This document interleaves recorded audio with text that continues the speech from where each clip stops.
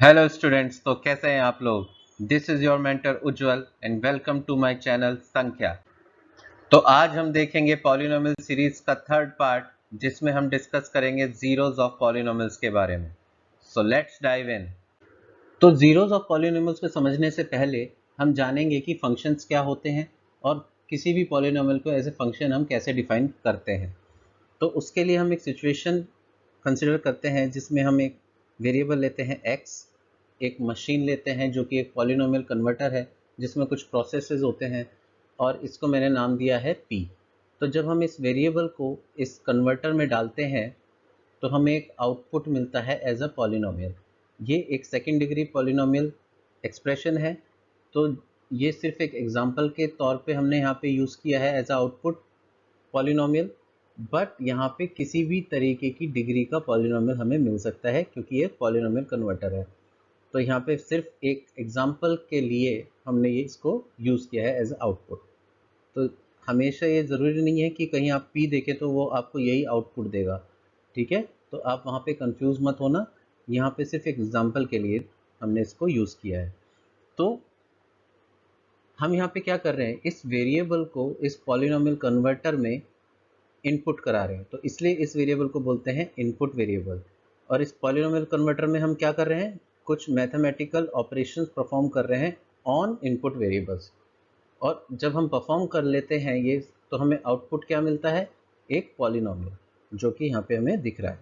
तो polynomial converter हमें input variable को कन्वर्ट करके दे रहा है as a polynomial expression. Okay, तो इस कंप्लीट प्रोसेस को ही हम क्या बोलते हैं, polynomial function. So a polynomial function is a process to convert input variable into polynomial output with the help of unique set of mathematical operations. तो mathematical operations क्या होते हैं, unique set of mathematical operations क्या होते हैं कि हर एक function जो होता है वो आपका एक यूनिक फंक्शन होता है, यूनिक होता है। तो यूनिक का मतलब होता है वो, जैसे p यहाँ पे हमने यूज किया तो ये यूनिक है।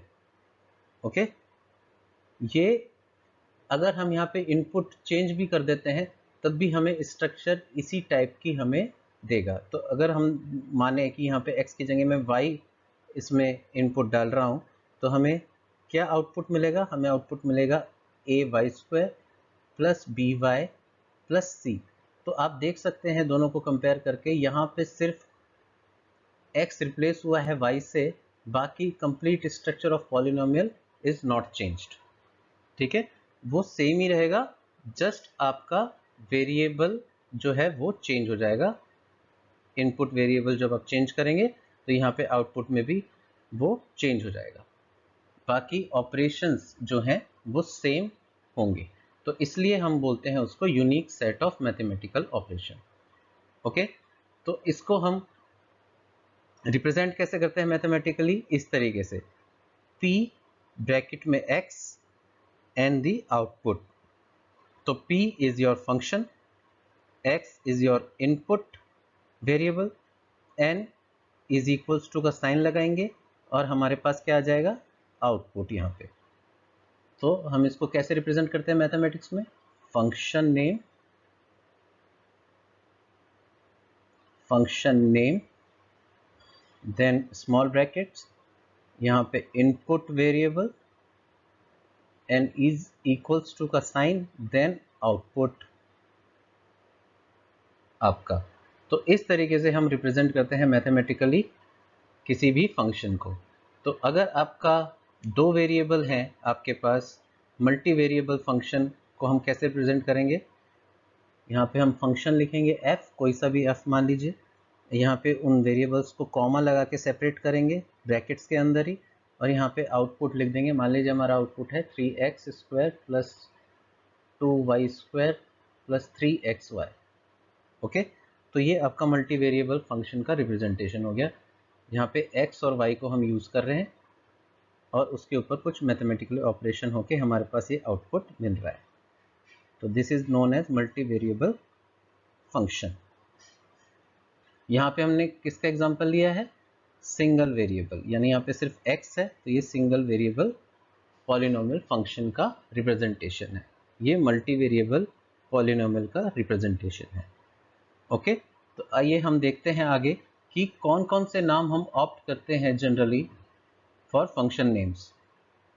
fx भी हम यूज कर सकते हैं और gx भी हम यूज कर सकते हैं, hx भी यूज कर सकते हैं, rx भी, qx भी और px तो हमने यूज किया ही था। तो ये सारे नाम जब भी आप देखते हैं कहीं पे भी तो आप समझ जाइए वहां पे हम फंक्शंस की बात कर रहे हैं। तो चलिए आगे बढ़ते हैं। तो जब हम पॉलिनोमियल फंक्शंस के बारे में अभी जाने हैं तो अब हम जानेंगे कि किस तरीके से किसी भी पॉलिनोमियल फंक्शन को हम प्लॉट करते हैं ग्राफ्स के ऊपर। तो देखते हैं how to plot any function.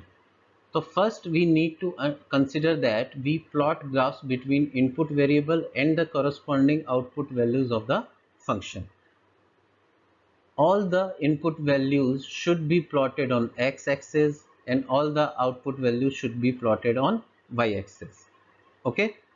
तो ये क्या बोल रहा है कि let us consider कि ये एक ग्राफ पेपर है, मान लीजिए ये आपका ओरिजिन होता है, ये आपका प्लस एक्स एक्सिस यानी पॉजिटिव एक्स एक्सिस, ये नेगेटिव एक्स एक्सिस होता है, ये पॉजिटिव वैल्यूज़ होती हैं वाई की, पॉजिटिव वाई एक्सिस, ये नेगेटिव वाई एक्सिस। ओके, तो ये बोल रहा है कि हम जो प्लॉट करेंगे फंक्शन का ग्राफ, तो वो इनपुट वैल्यू, जैसे आपने वहाँ पे एक फंक्शन हमने डिफाइन किया था that p of x equals to ax square plus bx plus c। तो ये आपका इनपुट वेरिएबल है और ये आपका आउटपुट है। तो जब हम डिफरेंट डिफरेंट इनपुट्स हम इसमें डालेंगे तो हमें डिफरेंट डिफरेंट आउटपुट्स मिलेंगे। तो उन दोनों के बीच में हम ग्राफ प्लॉट करेंगे इस ग्राफ पेपर के ऊपर, ये बोल रहा है यहाँ पे। तो हम ग्राफ किसके बीच में प्लॉट करते हैं? Between the input variable and the corresponding output values of the function. तो यहाँ पे आपको डिफरेंट डिफरेंट इनपुट्स पे डिफरेंट डिफरेंट आउटपुट वैल्यूज मिलेंगी फंक्शंस की, तो उनके बीच में हम यहाँ पे ग्राफ प्लॉट करेंगे। तो all the input values should be plotted on x axis. तो जितनी भी इनपुट वैल्यूज हैं वो एक्स एक्सिस पे प्लॉट होंगी, यहाँ पे उनकी वैल्यूज आएंगी, ठीक है। और जो आपका आउटपुट वैल्यूज हैं वो आपका वाई एक्सिस पे प्लॉट होगा। और जो भी आपके बीच में पॉइंट्स आएंगे जो क्रॉस सेक्ट करेंगे वो आपका ग्राफ बनाएंगे।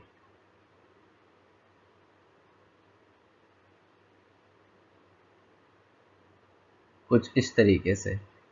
तो that is how we plot graph of any function. तो हम इसको एक एग्जांपल के तरीके से समझने की कोशिश करते हैं। Let's see an example. तो लेट अज्यूम दैट हमारे पास एक फंक्शन है px is equals to X square. Okay, तो इसको हम प्लॉट करते हैं तो हमें कुछ ऐसा प्लॉट नज़र आता है ग्राफ पेपर के ऊपर। तो अब हम इसे रीवेरीफाई करेंगे।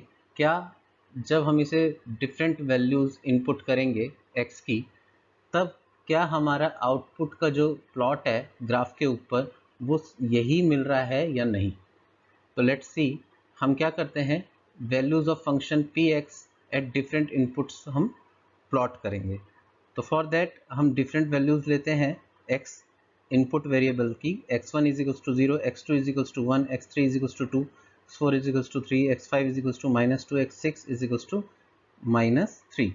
तो हमने 6 डिफरेंट इनपुट्स लिए हैं और इसके ऊपर हमने प्लॉट कर दिया है इस ग्राफ पेपर के ऊपर इन इनपुट्स को, ठीक है ना। x वैल्यूज को हमने x एक्सिस पे प्लॉट कर दिया। फिर हमने इस x को इस फंक्शन में इनपुट कराया। तो पहले 0 कराया हमने, तो 0 का स्क्वायर 0 रहेगा। जब 1 कराया तो 1 का स्क्वायर 1 हो जाएगा। जब 2 कराया तो 2 का स्क्वायर 4 हो गया। तो ऐसे हमने डिफरेंट आउटपुट हमने वैल्यूज फंक्शंस की हमने निकाल दी। तो इनको हमने नाम दिया y1, y2, y3, y4, y5, y6। तो ये हमारी आउटपुट वैल्यूज ऑफ फंक्शंस हो गई, ठीक है। तो इसको हमने यहाँ पे प्लॉट कर दिया। तो हमने यूनिक करना है, बार बार एक ही चीज़ को एक के ऊपर एक तो आप रख नहीं सकते, इसलिए हमने यूनिक। तो 14949 ये रिपीट हो रहे हैं कुछ वैल्यूज़, तो पर हमको 149 ही प्लॉट करना है y के ऊपर। तो अब हम इसको देखते हैं कि इन वैल्यूज़ को हम क्या बोलते हैं, xi यानी कि x की वैल्यूज़ यानी input values, yi means output values of a function. तो अब हम इसको एज अ कोऑर्डिनेट कन्वर्ट कर देते हैं इन वैल्यूज़ को। तो x1 आ जाएगा आपको यहाँ पे 0, y1 आ जाएगा आपका यहाँ पे 0। तो फर्स्ट हो गया आपका कोऑर्डिनेट पॉइंट 0 0। नेक्स्ट आ जाएगा आपके पास x2 1, y2 1। तो यहाँ पे x2 1, y2 1, तो 1 1 योर आपका सेकेंड कोऑर्डिनेट आ जाएगा।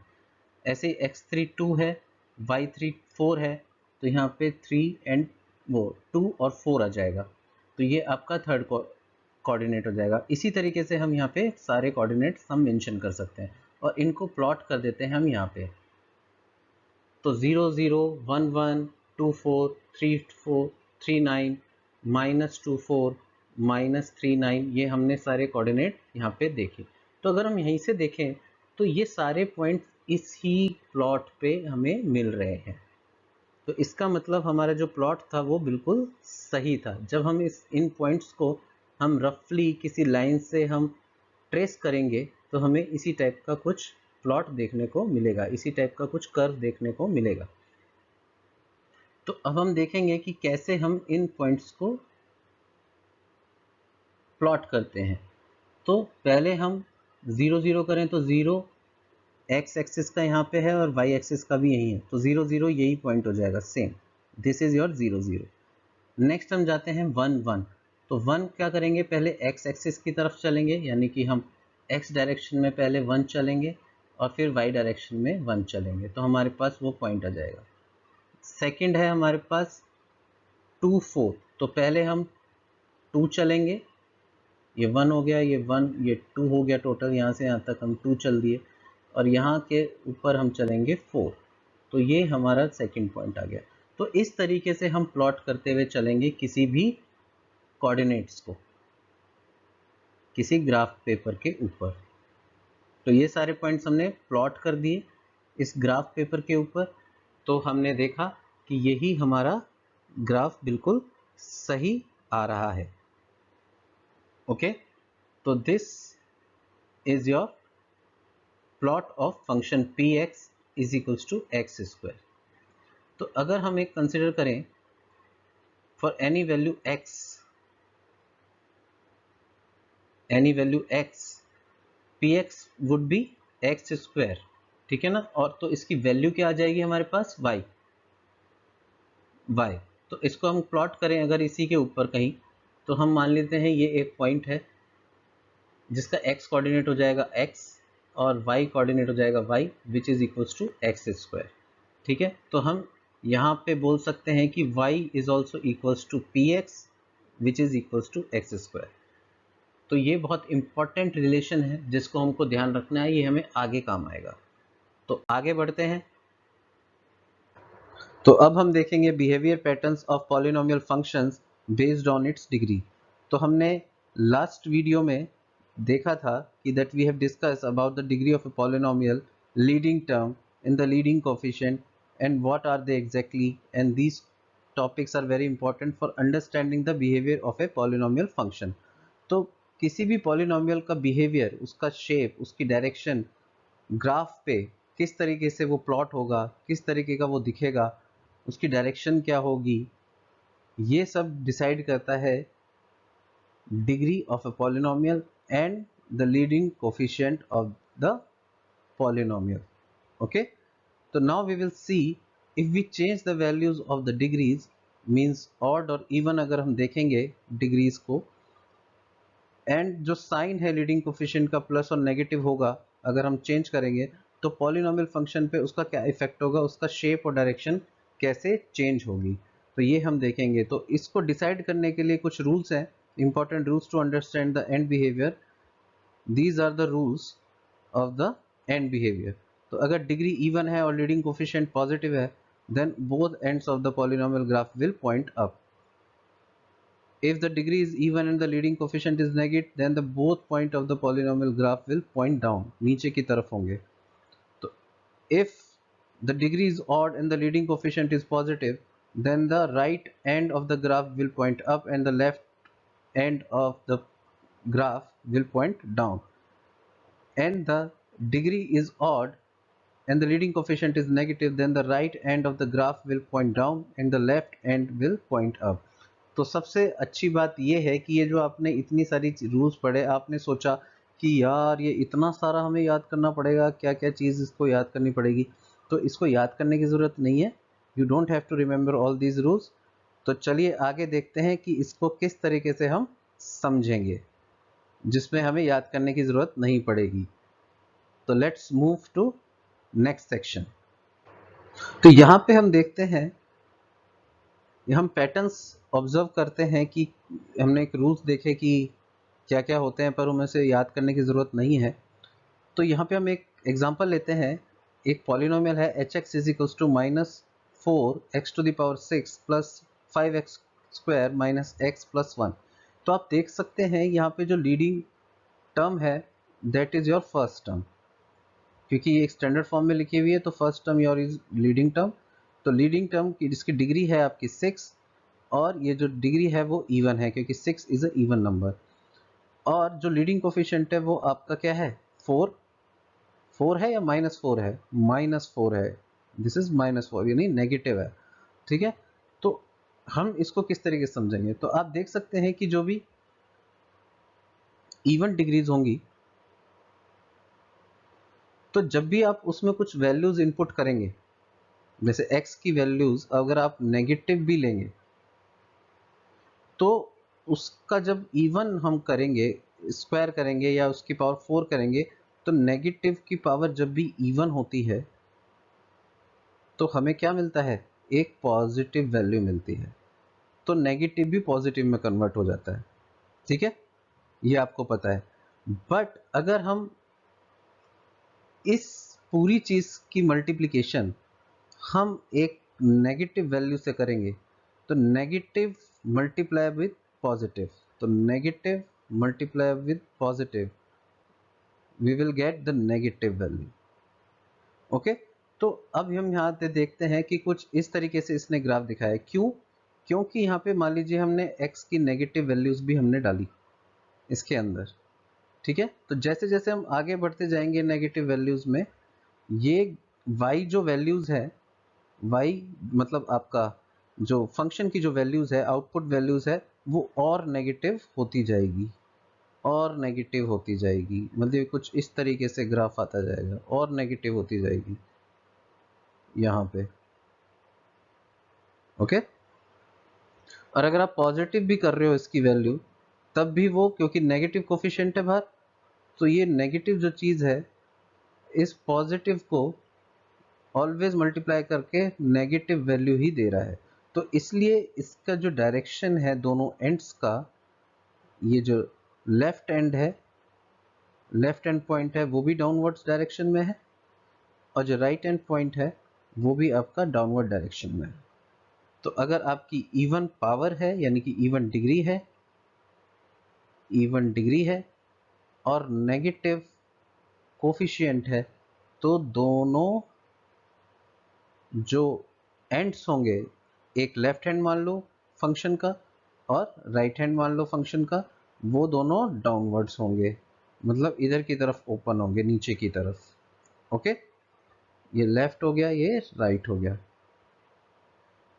तो हम कुछ एग्जांपल देखते हैं इसी के, और कि जैसे एक यहाँ पे ऑड डिग्री है, यहाँ पे इसकी ऑड डिग्री है और कोफिशिएंट आपका पॉजिटिव है. मान लीजिए अब आपका है कोफिशिएंट पॉजिटिव, तो जो लीडिंग टर्म है, तो लीडिंग टर्म जो है वो आपकी पॉजिटिव है, जिसमें आपका पॉजिटिव कोफिशिएंट है, और ये मल्टीप्लाई हो रहा है ऑड डिग्री से. तो यहाँ पे जब आप ऑड डिग्री होगी, किसी की पावर ऑड होगी, तो वो नेगेटिव को नेगेटिव करेगा और पॉजिटिव को पॉजिटिव करेगा. तो पॉजिटिव वैल्यूज अगर हम यहाँ रखेंगे, मतलब हम इधर की तरफ x की वैल्यूज चलेंगे, तो y की वैल्यू अप ही जाएगी. तो पॉजिटिव मल्टीप्लाई बाय पॉजिटिव हमें पॉजिटिव मिलेगा.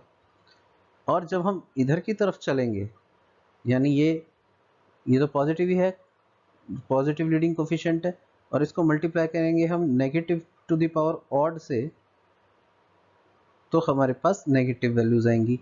तो जब हम इधर की तरफ चलेंगे तो y इधर की तरफ चलेगा, तो फंक्शन इधर की तरफ झुक जाएगा, नीचे की तरफ। तो फंक्शन की जो वैल्यूज है वो y पे डिपेंड करती है, मतलब आपकी y एक्सिस पे प्लॉट होती हैं। ये मैंने आपको पहले बताया इस सेक्शन में ही, जब हम इसको पढ़ रहे हैं।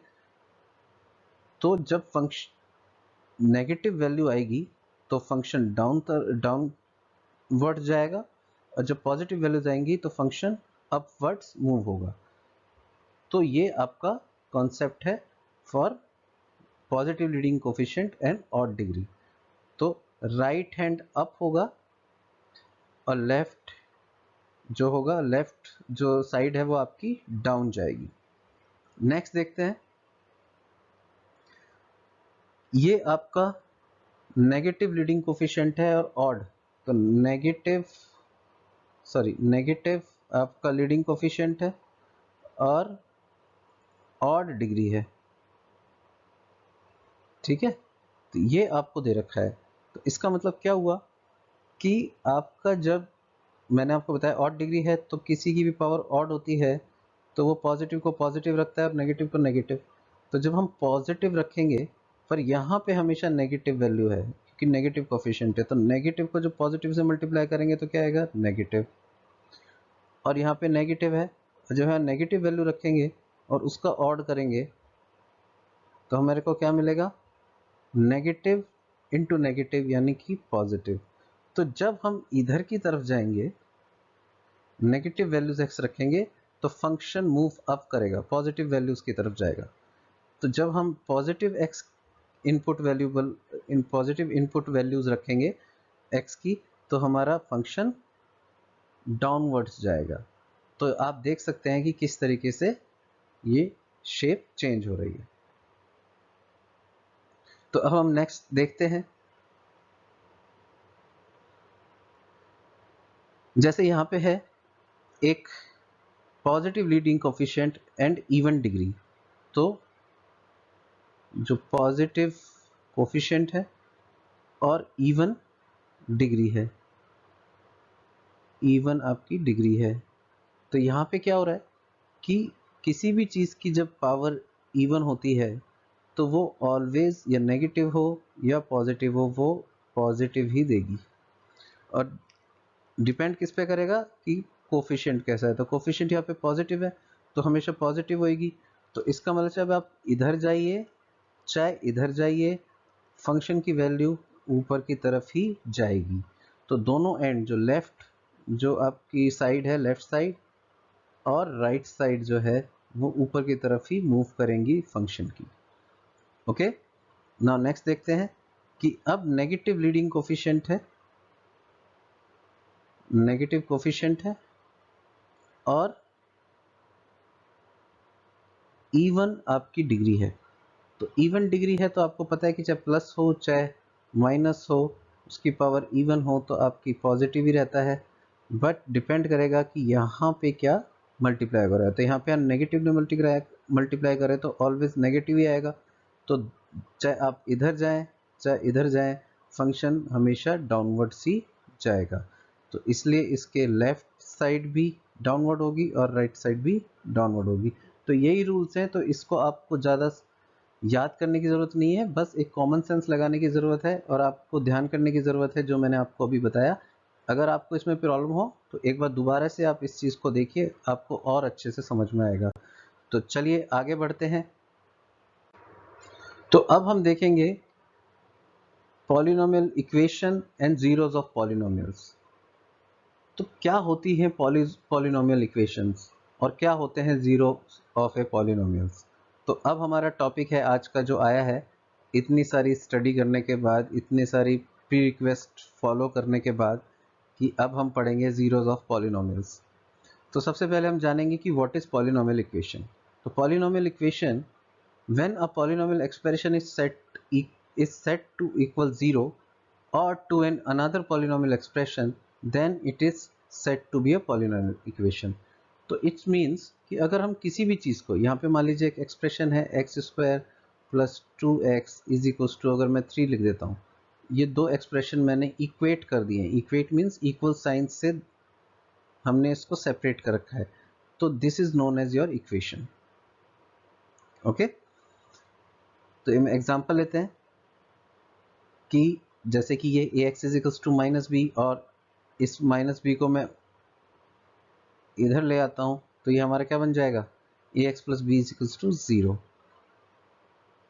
ओके, यहीं पे a x square plus b x is equals to minus c, तो माइनस सी को मैं इधर ले आऊंगा दूसरी साइड पे, माइनस सी को मैं इधर ले आऊंगा दूसरी साइड पे, तो ये क्या बन जाएगा, a x square plus b x is equals plus c is equals to 0। तो this is known as your standard form, this is known as your standard form of your polynomial equation. So it is a standard practice to first simplify by rearranging the terms of the equation till one side of the equal sign becomes 0, and we need to write the terms of the polynomial equation in the standard form from highest degree to lowest degree term. तो आप यहाँ पे देख सकते हैं highest to lowest जा रहा है, और हमने एक साइड को हमने 0 कर दिया है इक्वल के, तो ये हमारी स्टैंडर्ड फॉर्म हो गई पॉलिनोमियल इक्वेशन की। तो हमने इसको यहाँ पे रीअरेंज करा और हमारे पास ये मिल गया, इसको रीअरेंज करके हमने स्टैंडर्ड फॉर्म बना ली। जैसे ये एक क्यूबिक पॉलिनोमियल इक्वेशन बन गई आपकी, क्योंकि क्यूबिक पॉलिनोमियल एक्सप्रेशन है जो कि इक्वेट हो रहा है 0 से, तो we can say it like cubic polynomial equation. Now ये एक्सप्रेशन नहीं रहा, ये इक्वेशन हो गया, क्योंकि हमने इक्वल टू 0 रखा है इसको। Okay, now zeros of polynomial. तो जीरोस ऑफ पॉलिनोमियल्स क्या होते हैं, values of input variable eight which polynomial function becomes 0। ठीक है, तो वो वैल्यूज इनपुट वेरिएबल की जहां पे जो आउटपुट है वो हमारा 0 हो जाता है, that is known as your zeros of polynomial. Okay, तो अगर in another words the solution of the standard polynomial equation are also known as zeros of the polynomial। जब हम इसको सॉल्व करेंगे और x की वैल्यूज निकालेंगे तो हमारे पास वो जो सॉल्यूशंस आएंगे that is known as your zeros of polynomial. कैसे, एग्जांपल लेते हैं कि जैसे ax plus b is equals to c, ये अबव एग्जांपल ही हमने लिया है, इज इक्वल्स टू 0 करता हूं तो ax is equals to minus b, तो यहाँ पे x is equals to minus b upon a लिख देते हैं। तो जब हम x is equals to minus b upon a इसमें वापस पुट करेंगे यहाँ पे, तो हमारे पास ये जो एक्सप्रेशन है वो 0 बन जाएगा। तो इट मीन्स जब हम इस वैल्यू को, x की इस इनपुट वैल्यू को हम इस फंक्शन में डालेंगे ax प्लस बी में, तो ये फंक्शन को क्या कर देगा, 0 कर देगा। ठीक है, तो that's why it is a zero of this polynomial. Okay, next देखते हैं जैसे ax square plus b x plus c is equals to 0। तो ये इसका एक सॉल्यूशन होता है, इसको अभी जानने की जरूरत नहीं है ये क्या लिखा हुआ है, बस एक सॉल्यूशन है, आप ये समझ लीजिए, या आगे हम नेक्स्ट चैप्टर में देखेंगे। तो minus b plus minus under root b square minus 4ac upon 2a, this is your solution of this polynomial equation.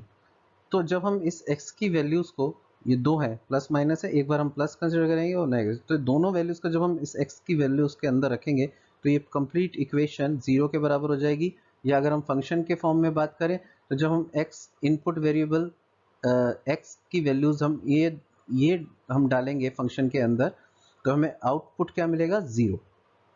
ठीक है, तो ये हमें ध्यान रखने की बात है।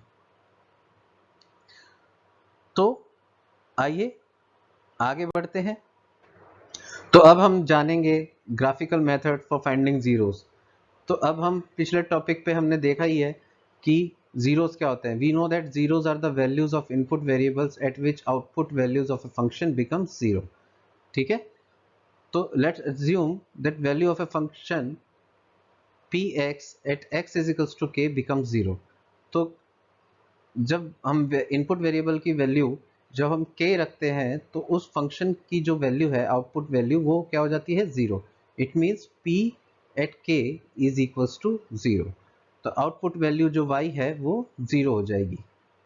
तो finding the number of 0 and there values We also know that y value becomes 0 on x-axis. So if we see the graph of any polynomial, we can find out the number of zeros of that polynomial just by checking how many times function touches or intersect the x-axis. It means कि अगर कोई polynomial है, मान लीजिए कुछ इस तरीके से कोई polynomial है, ये आपके x's हैं, ये x है, ये y है और ये एक polynomial है, तो आप यहाँ पे एक चेक कर सकते हैं कि कहाँ कहाँ ये पॉलिनोमियल कट कर रहा है या टच कर रहा है आपके एक्स एक्सिस को, क्योंकि एक्स एक्सिस पे आपकी y की वैल्यू हमेशा 0 होती है, यानी कि output values of function always be 0 on x axis. तो ये जितनी भी वैल्यूज हैं, यहाँ पे 1 हो गई, ये 2 हो गई, ये 3 हो गई, ये सब जीरोज हैं आपके। ओके, तो इस तरीके से हम समझ सकते हैं कि कहाँ कहाँ जब भी हम किसी फंक्शन को देखेंगे किसी ग्राफ के ऊपर, अगर हमने देखा वो एक्स एक्सिस को जिस भी पॉइंट पे काट रहा है, जिस भी एक्स वैल्यू पे काट रहा है, that x values is your 0। Okay, now next देखते हैं।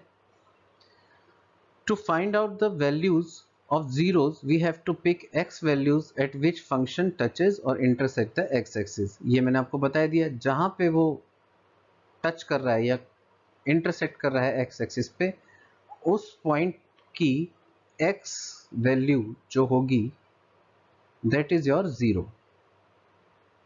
okay, now number of 0 depends on the degrees of the polynomial and the maximum number of zeros could possible is equal to the degree of the polynomial expression. तो जितनी आपकी degree होगी उतने maximum number आपको 0 मिल सकते हैं।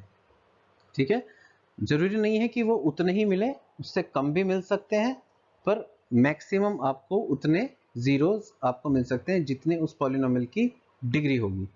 And minimum number of 0 could be 0। तो हो सकता है वो टच ही ना करे फंक्शन। जैसे मान लीजिए एक ग्राफ मैं कंसिडर करता हूं यहाँ पे, और मैंने कुछ ऐसे बना दिया, तो ये एक्स एक्सिस को टच ही नहीं कर रहा है, एक्स एक्सिस से दूर है, टच ही नहीं कर रहा है, ना इंटरसेक्ट कर रहा है, तो यहाँ पे इसके कोई जीरो नहीं होंगे, नो जीरोस। ओके, तो मिनिमम नंबर ऑफ जीरोस कितने हो सकते हैं पॉसिबल? 0। कब? जब polynomial which do not touch और इंटरसेक्ट द एक्स एक्सिस। दूसरी बात, हम जीरोस को एक दूसरे नाम से भी जानते हैं जिसको हम बोलते हैं रूट्स। तो रूट्स बोलो और जीरोस बोलो, ये एक ही बात है। ओके, चलिए आगे बढ़ते हैं। तो यहां पे हम फाइंड करेंगे कुछ एग्जांपल्स के साथ कि नंबर ऑफ जीरोस और उन जीरोस की वैल्यूज क्या है। तो आप इस वीडियो को पॉज कर सकते हैं और आप खुद ट्राई कर सकते हैं कि इसमें नंबर ऑफ जीरोस और उनकी वैल्यूज क्या होंगी। जब आप रिज्यूम करेंगे वीडियो तो मैं आपको सॉल्यूशन बताऊंगा।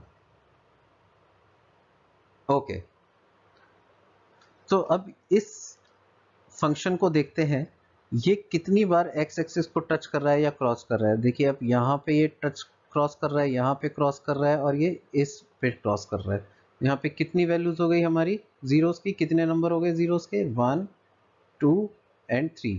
तो यहाँ पे जीरोस कितने हैं हमारे पास? 3 जीरोस हैं। और इनकी वैल्यूज क्या है?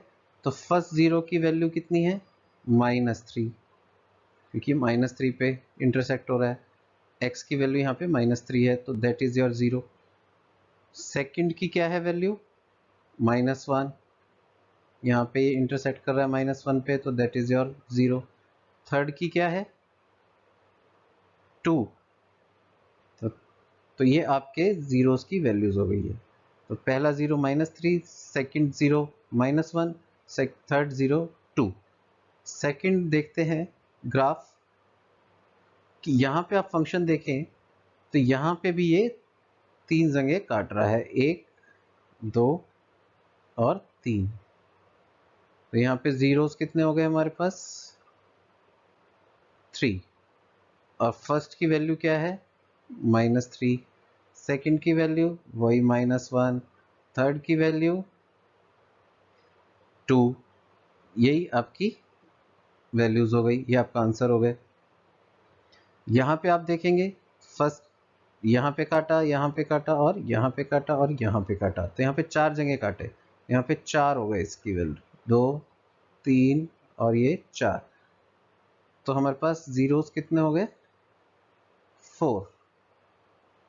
और इसकी वैल्यूज क्या है? फर्स्ट की है -3, सेकंड की है -1, थर्ड की है 2 एंड फोर्थ की है 5।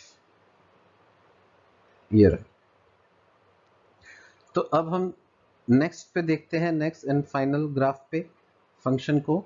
यहाँ पे ये कट कर रहा है फर्स्ट, यहाँ पे सेकंड, यहाँ पे थर्ड, यहाँ पे फोर्थ। तो इसकी वैल्यूज क्या हो गई? यहाँ पे 4 जीरोज हो गए हमारे पास, जीरोस 4 हैं और वैल्यू फर्स्ट की वैल्यू है -3, सेकंड की वैल्यू है -1, थर्ड की वैल्यू है 2 और फोर्थ की वैल्यू है 5। तो इस तरीके से आप just by seeing the function on a graph, then you can find the number of zeros and the values of the zeros. So it is very easy to understand. So you can practice this once again after this video.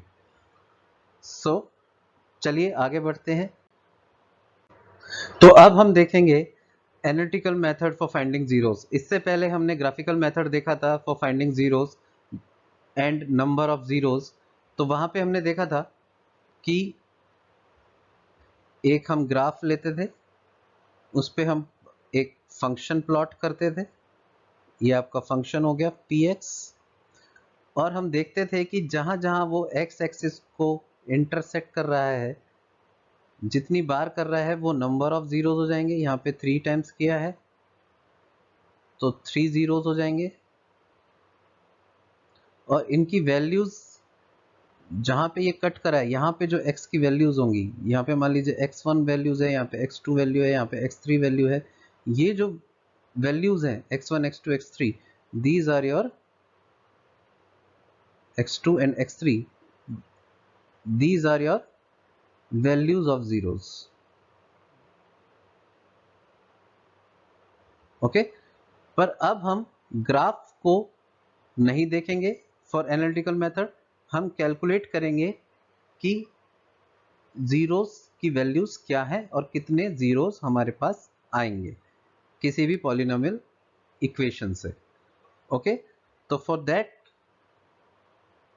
now we have done graphical method to find zeros. Now to understand analytical method we need to develop understanding of factorization of polynomial expression.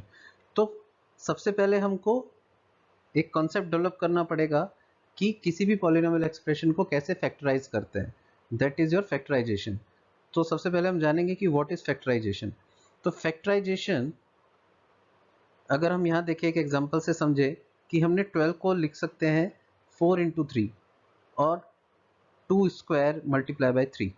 तो ये आपने छोटी class में बहुत बार आपने किया है कि किसी भी नंबर को आपने प्रोडक्ट ऑफ नंबर्स के टर्म्स में आपने लिखा है। तो this converting a number into product of number is known as factorization. तो ऐसे ही हम नंबर को अगर रिप्लेस कर दें पॉलिनोमियल एक्सप्रेशन से तो वो हो जाएगा factorisation of polynomial expression. So it is a process of writing or converting any expression into product of its factors is known as factorization. तो एक एग्जांपल लेते हैं, let's say कि this is your polynomial expression and इसको मैं x minus 2 multiply by x minus 1 ये brackets में हमने डाल रखे हैं, these are your factors. तो जब हम इसको इस तरीके से लिख सकते हैं क्योंकि जब हम इसको मल्टीप्लाई करेंगे फैक्टर्स को तो हमारे पास वापस से यही एक्सप्रेशन मिल जाएगा। तो we can convert this expression into this and this factors by multiply with each other we can convert this factors into expression. तो this process of converting expression into product of its factors is known as factorization of polynomials. Now what is a factor in a polynomials? So a factor is a linear polynomial expression over the real number or a irreducible quadratic polynomial expression that divides the polynomial expression and leaving no remainder. It means what?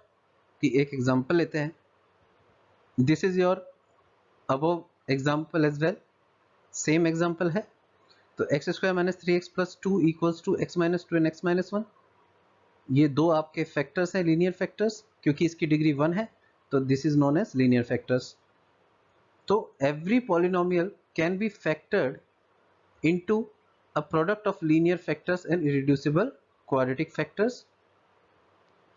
जो ही हमने यहाँ पे बोला कि हम किसी भी पॉलिनोमियल को किस में कन्वर्ट कर सकते हैं?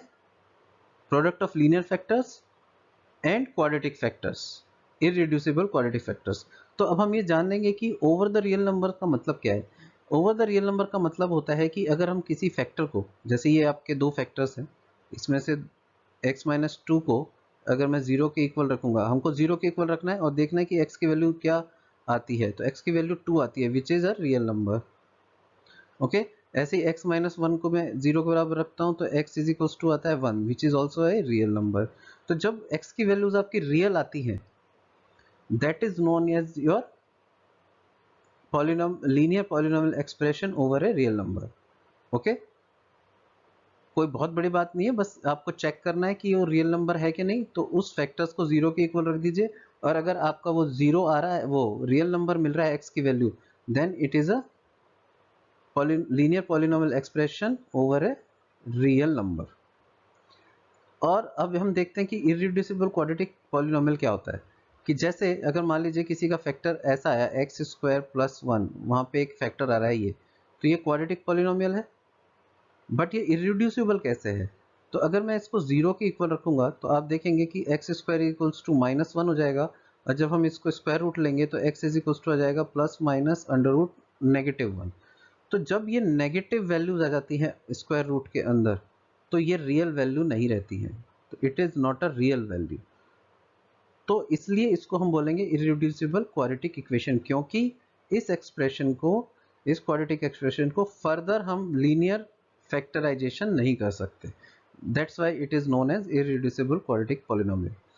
तो यहाँ पे तो अगर आप देख रहे हैं तो दोनों फैक्टर्स लीनियर ही हैं, पर कभी किसी एक्सप्रेशन का जब हम फैक्टराइजेशन करेंगे तो कुछ लीनियर फैक्टर्स भी आएंगे, साथ में हो सकता है कि यहाँ पे एक इरेड्यूसिबल क्वाड्रेटिक इक्वेशन भी आ जाए आपके पास, ये क्वाड्रेटिक पॉलिनोमियल आ जाए आपके पास यहाँ पे, तो वो इस तरीके से लिखा जाएगा. तो यहाँ पे वो क्वाड्रेटिक रहेगा क्योंकि इसको फर्दर हम लीनियर नहीं कर सकते, लीनियर फैक्टर्स नहीं कर सकते.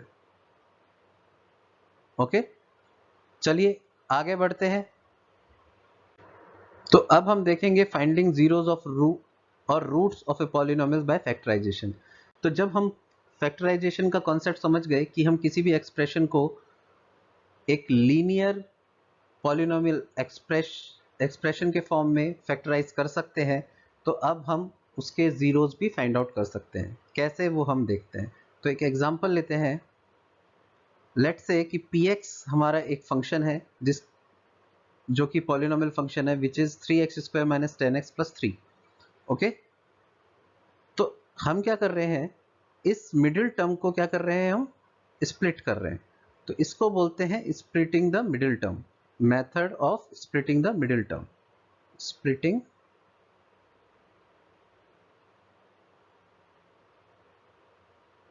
The middle term.